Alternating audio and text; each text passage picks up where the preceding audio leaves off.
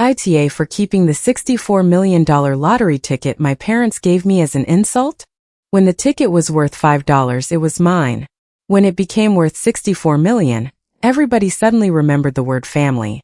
I'm Ivy, 34, the middle daughter in a family where my older sister, Brianna, was treated like fragile glass and I was treated like the shipping box she came in. She was 3 years older than me, and from the time we were kids there was always a reason she needed more. She needed a private math tutor because school made her anxious. I was told to ask my teacher after class. She needed help with rent because her roommate moved out unexpectedly. I was praised for finding a cheaper place when the same thing happened to me. She needed a replacement car after hers died. My father spent 2 weekends helping her shop, and then loaned her most of the down payment. When my transmission failed a year later, he sent me the number of a mechanic and said, "You'll figure it out. You always do." That phrase followed me everywhere. You'll figure it out. You're the strong one. Your sister's situation is different. Some children need more help. My mother, Audrey, could say that last one with a smile so soft it almost sounded loving. My father, Peter, preferred, "Don't make everything a competition." Between them, they had a perfect system. Mom made the unfair decision. Dad made me feel immature for noticing it. And Brianna cried if I stayed upset long enough to make anyone uncomfortable. For years I swallowed it. I brought a store-bought pie to Sunday dinners, stayed late to wipe counters, loaded the dishwasher without being asked, and accepted the little comments that came wrapped as compliments. Brianna was sensitive. I was sturdy. Brianna needed reassurance. I was low maintenance. If I pushed back, Mom sighed like I had knocked over a vase in the middle of the room. I was not the daughter they worried about. I was the daughter they used as proof they had raised someone strong. By the time my parents' 40th anniversary came around, I had stopped expecting equal treatment. I did not need them to give me what they gave Brianna. I did not need money, applause, or a dramatic apology for every old slight. I just wanted them to stop making a joke out of giving me less. The anniversary party was in their backyard on a warm Saturday evening. My mother had strung white lights along the fence and rented extra folding chairs. Coolers sat under the patio table. My uncle was working the grill while 3 cousins argued about whether the burgers were done. Paper plates bent under potato salad and baked beans. Every few minutes, Mom called somebody's name and pointed at something that needed moving. I arrived carrying a pie and a bag of ice because she had texted me that afternoon saying they were running low. "You're a lifesaver," she said when I came through the side gate. She kissed my cheek, took the ice, and handed me a stack of plastic cups to set out. Brianna was already there with her husband, Noah. She wore a cream-colored dress and kept touching her purse like she was checking that something was still inside. She was glowing before gifts had even started. At the time I noticed it and let it go. That was another habit of mine. Let it go. Noah was standing near the grill with my father, holding a beer and nodding while Dad talked. Noah had always been polite to me in the way people are polite to someone they do not consider important. He remembered to say hello, forgot everything I told him, and became intensely interested whenever my parents offered Brianna money. After dinner, my mother tapped a spoon against her glass. "Before cake," she said, "we wanted to say how grateful we are to have all of you here. 40 years is a long time, and family is what made it meaningful." People smiled. Someone clapped. My father put one arm around her waist and looked pleased with the whole picture. Mom talked for a few minutes about marriage, sacrifice, and supporting the people you love. Then she looked at Brianna. "And since we're celebrating family tonight, your father and I wanted to help you and Noah with your next chapter." She reached under the table and pulled out a large cream envelope tied with a blue ribbon. Brianna covered her mouth before she even opened it. That told me she knew. She pulled out a card, read it, and started crying. Noah leaned over her shoulder. Then he looked at my father and gave him a hard, grateful hug. "What is it?" Aunt Paula called from the other end of the table. Brianna held up the check with shaking hands. $18,000, she said. "For the house." The yard erupted in applause. My mother looked around to make sure everyone had seen how generous she was. "They've been working so hard," she said. "And some children need a little more help getting settled." Her eyes flicked toward me for half a second. I kept my face still. I did not need $18,000. I had never asked for $18,000. That was not the point. The point was that my mother had turned the difference between us into part of her speech. Brianna got up and hugged both of our parents. Noah thanked them twice. My aunt dabbed her eyes with a napkin. One of my cousins said, "That is amazing," and meant it. Then my mother picked up a second envelope. This one was small and white. No ribbon. "And we didn't forget Ivy," she said brightly. The way she said it made two people laugh before I had even opened it. I took the envelope. Inside was a card with a cartoon four-leaf clover on the front. My mother had written, "For the daughter who always lands on her feet." Tucked inside was a $5 scratch ticket from the gas station near their house. For a few seconds I just looked at it. Then Brianna laughed. Watch her win $5 and act like she earned it.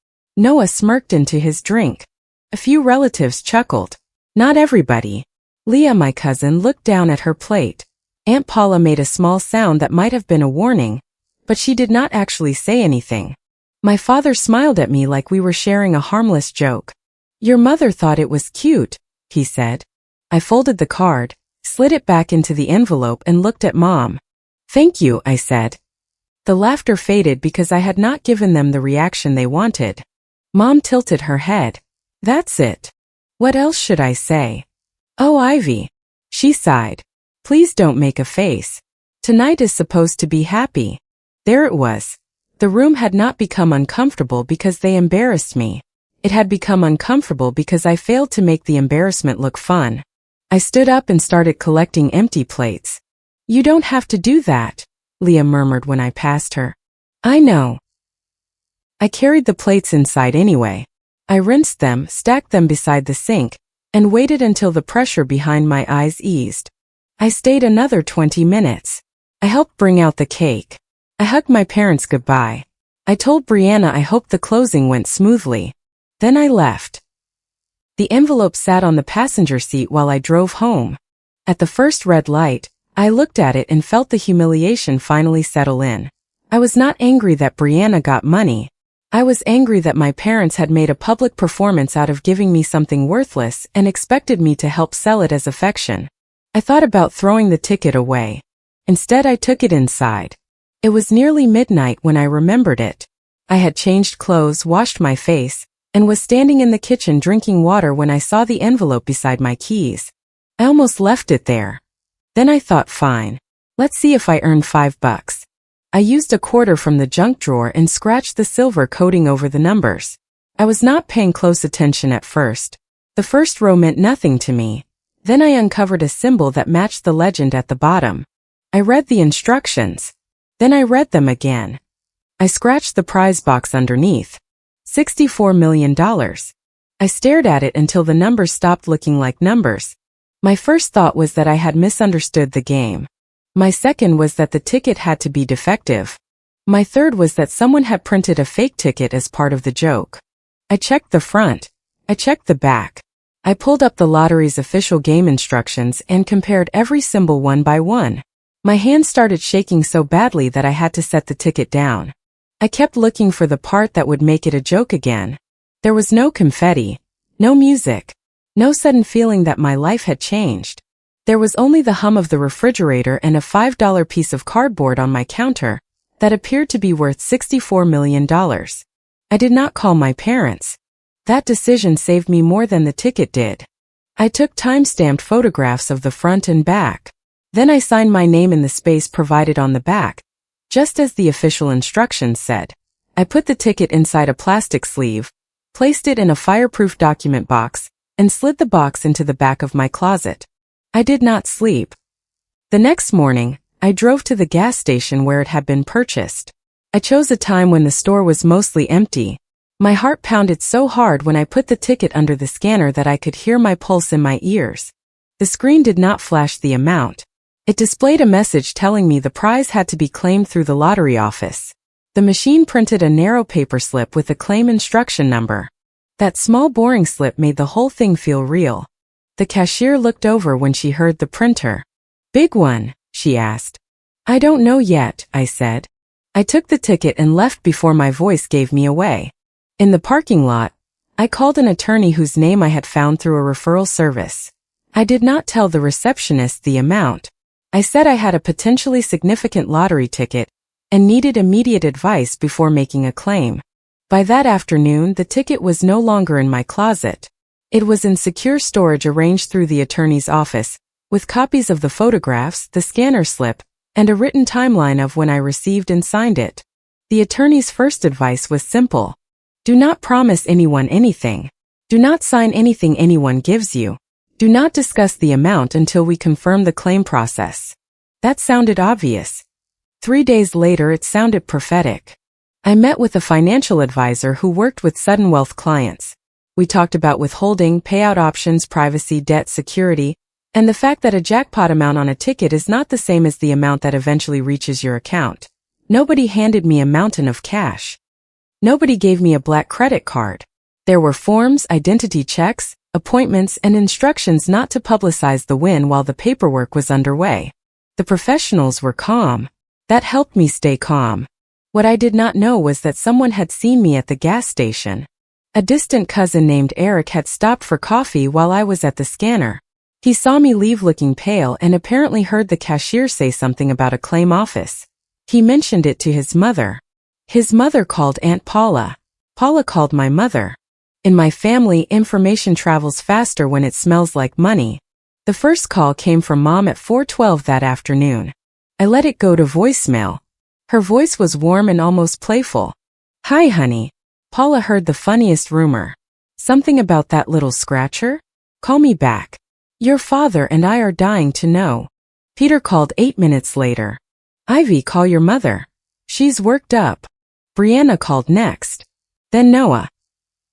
Then Mom again. I turned my phone face down and continued taking notes during the meeting with my advisor. By the time I left the office, I had 23 missed calls. By that evening, I had 79. The tone changed with every voicemail. Mom went from excited to wounded. We gave you that ticket, Ivy. I don't understand why you're keeping us in the dark. Dad went from calm to authoritative. This is not something you handle alone. Call me before you make a mistake.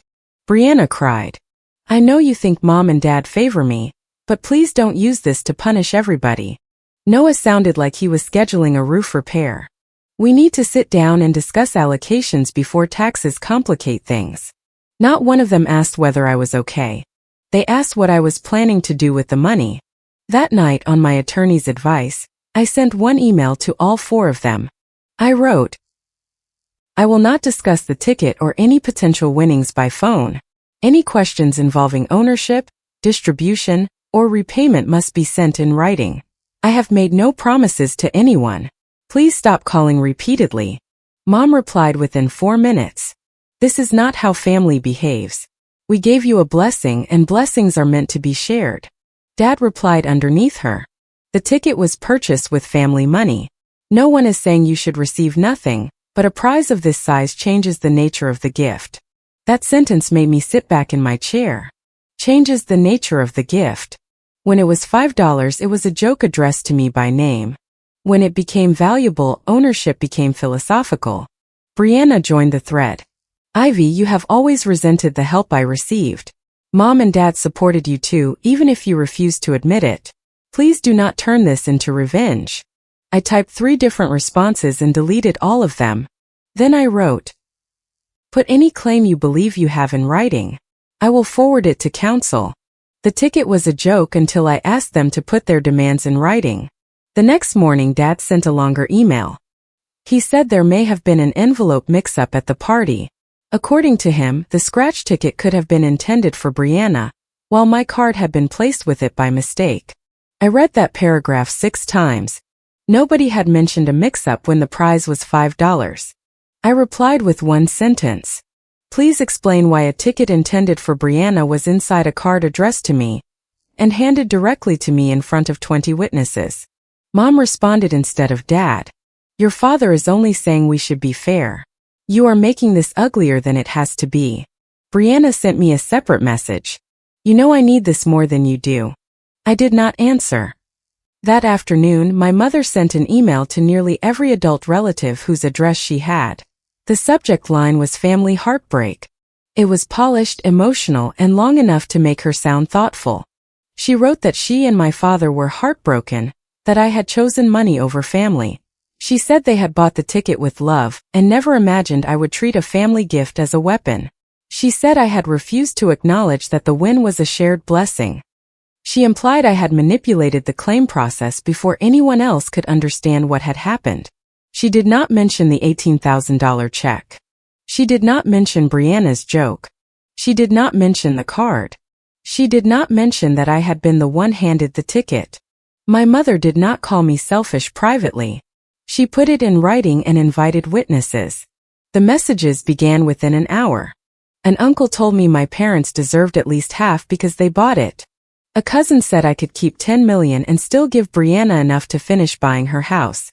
Someone else wrote, "They raised you. That has to count for something."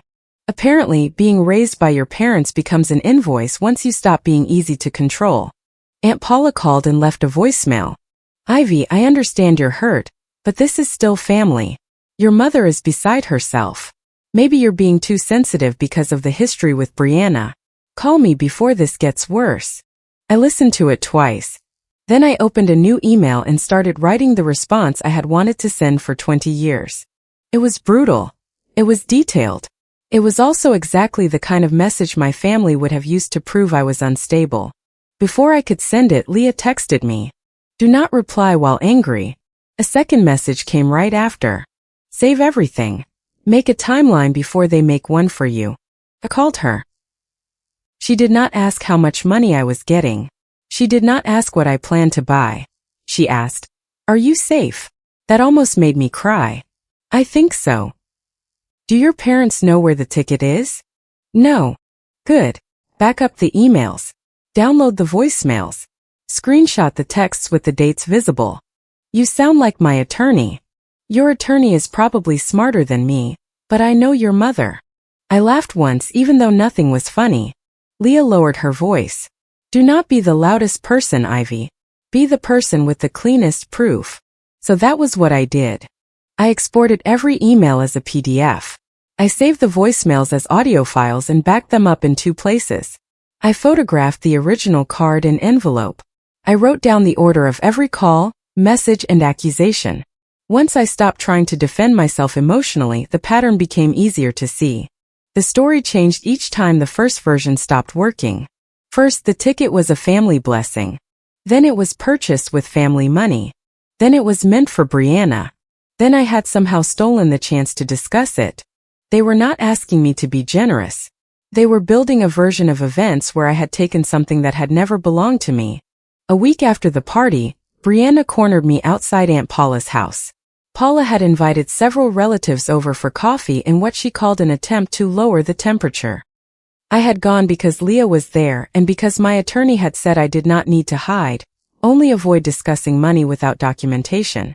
I was walking toward my car when Brianna came down the driveway behind me. "Wait." I kept walking. "Ivy, stop. We need to sit down like adults." I turned around. Noah stood near their SUV with his arms folded. He had not followed her, but he was close enough to hear everything. "I'm not discussing money in a driveway," I said. "This is not just about money." Brianna's eyes were already wet. "You've always hated that Mom and Dad helped me. I hated that they used helping you as a reason to humiliate me." "They did not humiliate you. They gave you $18,000 and handed me a scratch ticket while you made a joke." "It was a joke." "Yes." She blinked. For once, she heard what she had admitted. Then she changed direction. "You finally got lucky, and the first thing you did was punish me." "No. The first thing I did was sign my own ticket." Her face tightened. "You know I needed the house money. You got the house money. $18,000 is not enough now. Not compared to what you have." There it was. Need, in Brianna's mind, expanded to fit whatever amount existed nearby. Noah walked over carrying a single sheet of paper. "Let's take the emotion out of this," he said. I looked at the paper but did not touch it. "What is that?" "A simple agreement. It protects everyone." He held it out. The page had a title in bold. Family Winnings Distribution Agreement. Underneath was a list of proposed percentages. My parents would receive a large share. Brianna and Noah would receive another. There were lines about paying off their mortgage balance, credit cards, and documented family hardship. A smaller section proposed setting aside money for extended relatives. At the bottom was a signature line with my name already typed beneath it. You wrote an agreement before I agreed to discuss money? I asked. It's a starting point, Noah said. You included your credit cards. Our debt affects Brianna. Brianna is your sister. You also included the balance on a house you do not own yet. We should be realistic. You did not buy the ticket. I took out my phone. His expression changed. What are you doing? Taking a picture. This is a private family proposal. Then you should not mind having an accurate record of it. I photographed the front and back, though the back was blank, and handed it to him without signing. Noah had managed to turn my cheap anniversary insult into a payment plan for his life. That was the moment I stopped thinking there might be a compromise that preserved the family. The family I was trying to preserve had already decided my ownership was a temporary obstacle. 2 days later, Aunt Paula called again. Her voice sounded different. I need to send you something, she said. What? A voicemail. Your mother meant to call me, but I think she thought she had hung up before she started talking to your father. A minute later, an audio file arrived in my email. The recording was only 19 seconds long. My mother's voice came first, muffled but clear. Paula keeps asking what we're giving the girls. Just give Ivy the scratcher. She'll smile through anything. Brianna needs the real help, and I'm not dealing with Ivy making that face all night. My father said something too low to understand. Then Mom added, It's cute. She'll be fine. The recording ended. I sat at my kitchen table and listened to it again.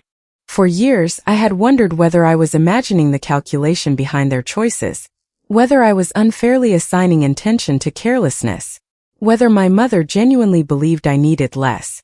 Then she said the quiet part into a voicemail. The scratch ticket had not been an absent-minded token. She had chosen it because she expected me to accept the insult quietly. Aunt Paula stayed on the phone. I did not know, she said. You knew they treated us differently. I knew Brianna got more help. I did not know your mother talked about you like that. You told me I was too sensitive. I know. There was a pause. I should have asked you before I judged you, she said. It was not a perfect apology, but it was the first honest thing an older relative had said to me since the ticket won. The next piece of evidence came from my father. He sent an email to prove that my parents had purchased the ticket. Attached was a photo of the gas station receipt, probably taken from his online card statement and store receipt because he believed proof of payment strengthened his claim. The purchase time was 4:47 p.m. on the day of the party. Earlier that afternoon at 12:18 p.m., Mom had texted the family a picture of the anniversary table while she was decorating. In the corner of that photo, Brianna's blue ribbon envelope was already sealed and propped beside the cake. My small white envelope was not there. The receipt did not prove an envelope mix-up. It proved the ticket had been bought separately, hours after Brianna's check and card were prepared. The receipt did not care about anyone's tears. It just told the order of events. I forwarded both images to my attorney. Then Leah called. I have something else, she said. Before the party, Brianna had texted her about the house money. Leah had not thought much of it at the time. Now she sent me screenshots with the date and time visible. Brianna, Mom and Dad are giving us serious help for the down payment tonight. Don't say anything because Mom wants the big reveal. Leah, what about Ivy? Brianna, probably something cute so she won't sulk. You know how Mom handles her.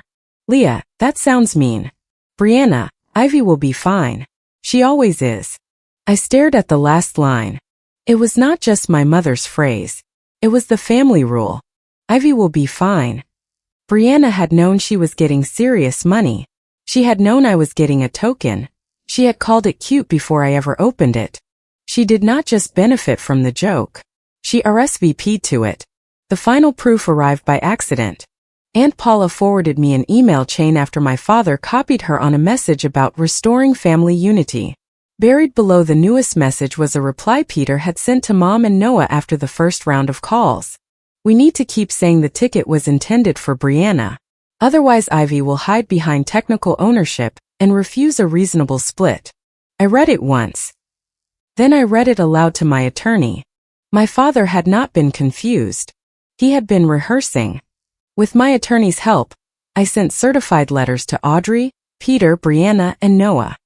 Each letter stated that I did not recognize any claim they had to the ticket or the proceeds, that all communications involving ownership or distribution must be in writing, that harassment and false accusations were being documented, and that public claims accusing me of theft would receive a factual response supported by evidence.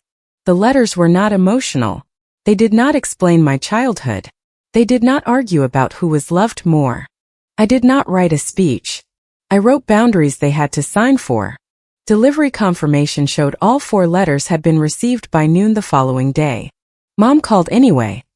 I did not answer. Dad left a voicemail saying lawyers were poisoning the situation. Brianna sent a message saying, "You are acting like we are criminals." Noah sent nothing. For almost a week the pressure slowed. Then my mother invited me to a healing dinner. Her email said the family needed one final honest conversation without lawyers, threats, or performances. She invited Aunt Paula, Leah, 2 uncles, and several cousins who had received her original email. She said everyone wanted peace. The wording made it clear that peace meant I would apologize and offer money. My attorney advised me not to discuss the claim itself, but said I could attend if I felt safe and if I did not sign or accept anything. Leah offered to sit beside me. I agreed. Before the dinner, I prepared 12 identical envelopes.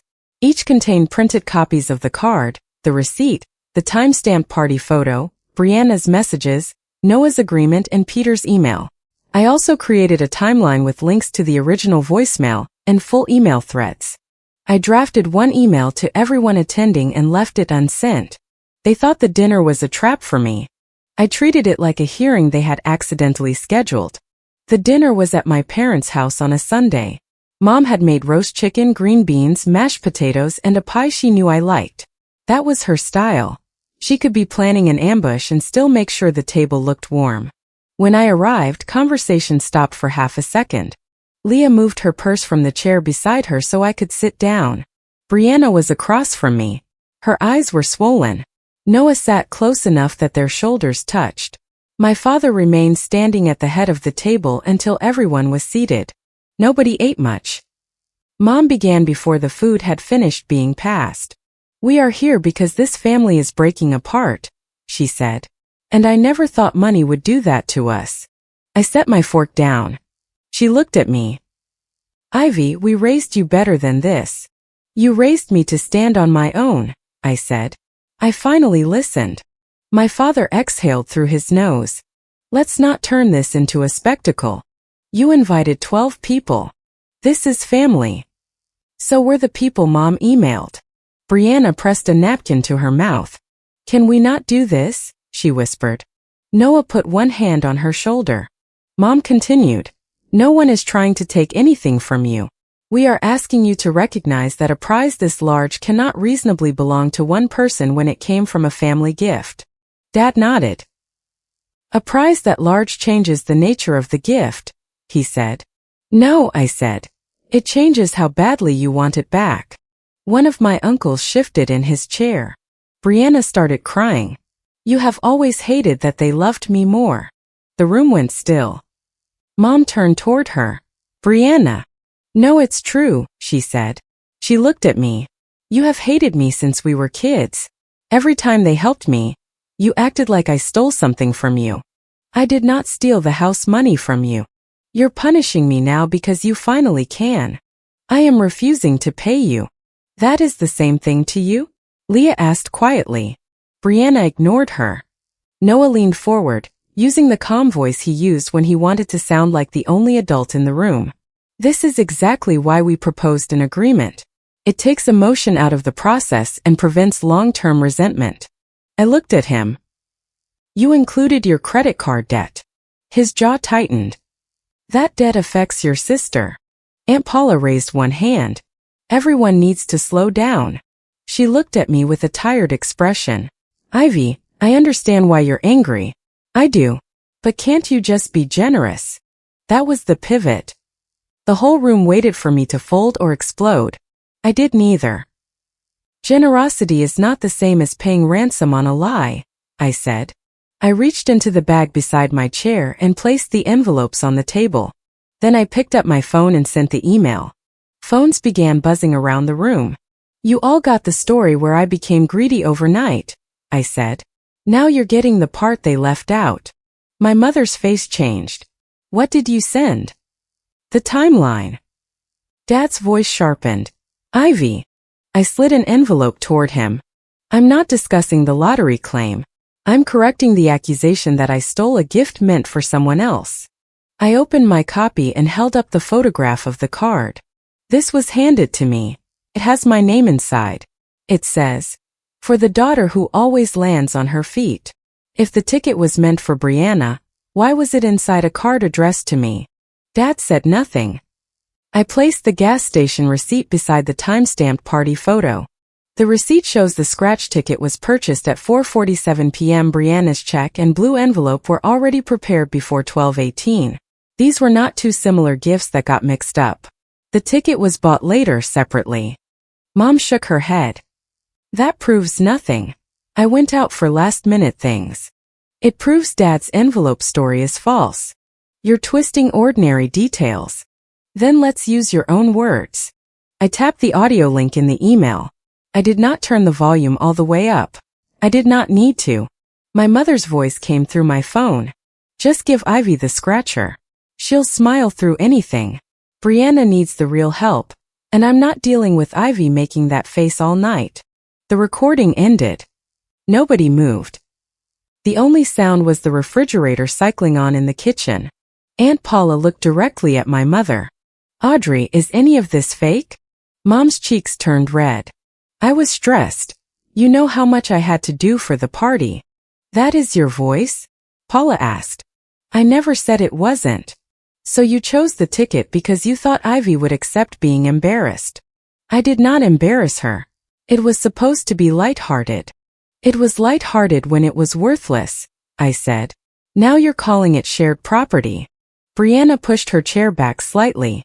This is humiliating. I took out the screenshots Leah had sent. You knew before the party. Her eyes moved to the page. I don't remember that conversation. Leah spoke from beside me. I do. It came from your number. I read the lines aloud. Mom and Dad are giving us serious help for the down payment tonight. Then when Leah asked about me, you wrote, probably something cute so she won't sulk. You know how Mom handles her. Brianna's face hardened. That was private. So was Mom's plan to humiliate me. You're humiliating me in front of everyone. No, Brianna. You humiliated me when the ticket was worth $5. I'm answering now because the lie got expensive. Noah reached for the packet. This is selective, he said. You are presenting normal family conversations in the worst possible light. I pulled out the photograph of his agreement. This is the one-page document you brought me before I had agreed to discuss money. It assigns percentages of my potential winnings to you, Brianna, and my parents. It includes your credit cards and future house balance. One of my cousins looked across the table at Noah. You already had this typed? It was a proposal, he said. You put her name on a signature line, the cousin replied. Noah's voice grew colder. We were trying to avoid chaos. You were trying to turn pressure into paperwork, I said. My father stood up. That is enough. No, Aunt Paula said. Everyone looked at her. She held Peter's email in both hands. What does this mean? She asked. Dad did not answer. Paula read it aloud. We need to keep saying the ticket was intended for Brianna. Otherwise Ivy will hide behind technical ownership and refuse a reasonable split. My father's calm expression disappeared. That message was taken out of context. What context makes keep saying mean something honest? Leah asked. Dad looked at me. You went too far. I had heard that sentence from him my entire life. It usually meant I had made something visible that he preferred to keep comfortable. I went exactly as far as your lies did, I said. He slapped one hand against the back of his chair. You embarrassed your mother. She accused me of theft to the whole family. She was emotional. So was I.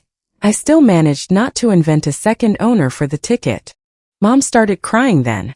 Real tears maybe, but they did not change the documents on the table. After everything we've done for you, she said. I looked at her.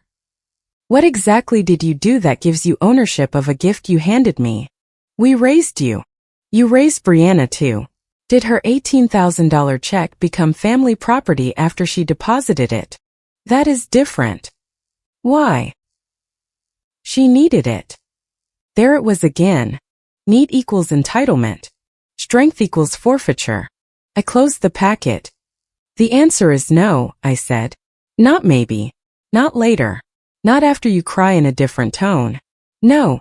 Brianna stared at me. You would keep all of it? I will keep control of it. That is not what I asked. It is the only answer you're getting. I told them that any future accusation of theft, fraud, or misappropriation would be answered through counsel with the evidence everyone had just received. I told them I would not give money to Audrey, Peter, Brianna, or Noah. I told them I would not negotiate under emotional pressure, family pressure, or reputational threats. Noah gave a short laugh. So you're proving everyone right. You are keeping everything. No, I said. I'm deciding where my generosity goes. That was when I told the room about the education fund. It was not finalized yet, but my advisor and attorney were helping me create a fund for the younger relatives in the family. It would be independently administered. It could pay qualified education and training expenses directly. No parent would be able to withdraw from it, borrow against it, or redirect it. Several people looked surprised. Brianna did not look grateful. Would my children be included? She asked. Yes, I said. Your children did not do this. Then I should have a say in how their accounts are managed. No. I'm their mother. And that is exactly why the rules are independent. Her mouth opened, then closed. I looked around the table. I will help the next generation without rewarding the people who taught them entitlement. My uncle, who had messaged me that my parents deserved half, stared down at his plate. One cousin whispered, I'm sorry. Another said nothing. Aunt Paula folded the evidence back into the envelope and looked at me. I should have listened before I judged you, she said. This time she said it in front of everyone. Mom wiped her face. I cannot believe you came prepared to destroy us. I came prepared because you invited people who already believed your version. This could have been handled privately. It was private until you sent the email. Dad pointed toward the door. I think you should leave. I agree. I stood, picked up my bag, and pushed my chair in. Brianna's voice followed me. You're dead to me. I turned back. No, Brianna. I'm just no longer useful to you. The room did not turn into a movie scene where everyone hugged. Nobody suddenly understood every year that had led to that table. The food went cold.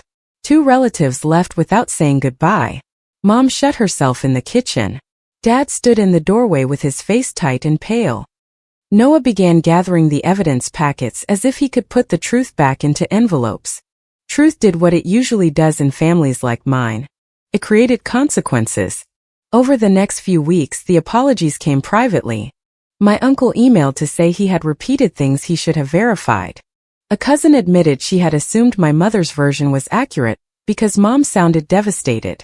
Another relative said I had been right about the ticket but wrong to expose the voicemail at dinner. A few never apologized at all. They simply stopped contacting me. Aunt Paula became the first older relative to challenge my mother directly. She asked Audrey to correct the original family email. Mom refused. Paula then replied to the threat herself and wrote that she had reviewed evidence showing the ticket had been intentionally given to me, and that Peter's claim of a mix-up was not credible. That message mattered more than I expected. My parents had spent years controlling the family story by sounding calm and reasonable. Once another respected relative stopped protecting the image, other people became less willing to pretend.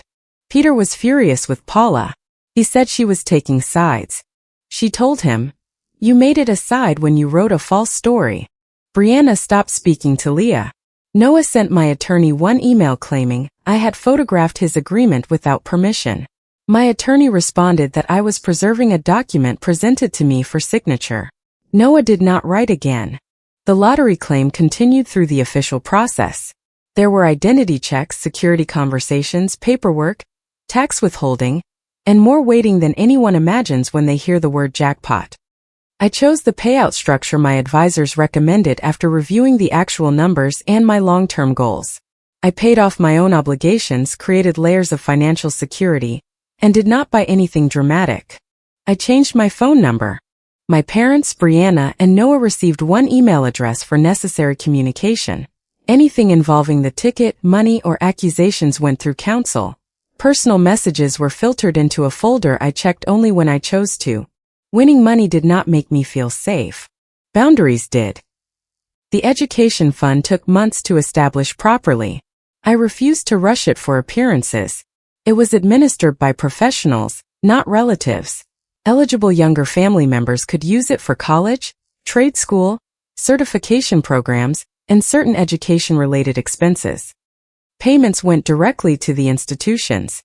No one who had pressured me controlled a dollar. Brianna complained through Aunt Paula that I was using the fund to make her look greedy. Paula told her, "You did that yourself." My parents' reputation inside the family changed slowly, which was more realistic and more painful for them than one dramatic collapse. They were not banished. They were questioned. Relatives stopped automatically accepting Mom's version of disputes. People noticed when she called cruelty a joke. They noticed when Dad used neutrality to defend a lie. Invitations still came, but the warm certainty that Audrey and Peter were the wise, fair center of the family was gone. Brianna was no longer treated like the fragile innocent in every conflict. Some relatives still comforted her. Others asked why $18,000 had not been enough when the ticket became valuable. Noah became the man who had typed a debt payment agreement before the winner had even claimed the prize. People were polite to him, but they were careful. Some family members still believed I had gone too far at the dinner. They said I could have corrected the record without playing the voicemail. They said I could have shown the evidence to Paula privately and let her mediate. Maybe that would have been gentler. It also would have preserved the system that had always worked against me. They could humiliate me in public, lie about me to relatives, and then demand that I defend myself quietly so nobody important became uncomfortable. I was done paying for peace with silence. About 6 months after the anniversary party, I sent my parents one final certified envelope. Inside was a check for $5 and a copy of the original Clover card. I included a short note. Returning the value of the gift you said made this a family blessing. The delivery confirmation arrived 2 days later. Mom emailed that the gesture was cruel and petty. She was right about one of those things. It was petty. It was also accurate. I did not respond. I still speak to Leah. I speak to Aunt Paula, though our relationship is different now. I have limited contact with a few relatives who apologize without asking for access to anything. I do not attend Sunday dinner. I do not bring pie. I do not stand at my mother's sink cleaning up while everyone else explains why I should be grateful for being the child who needs less. For most of my life, being the strong one meant I was expected to absorb whatever the family did and make it look painless. Now it means I can survive their disappointment without buying my way back into the role they assigned me. They gave Brianna the money they thought mattered. They gave me the thing they thought was worthless. Only one of those gifts told the truth. If you liked it, don't forget to leave a comment and support the channel by subscribing. See you in the upcoming stories.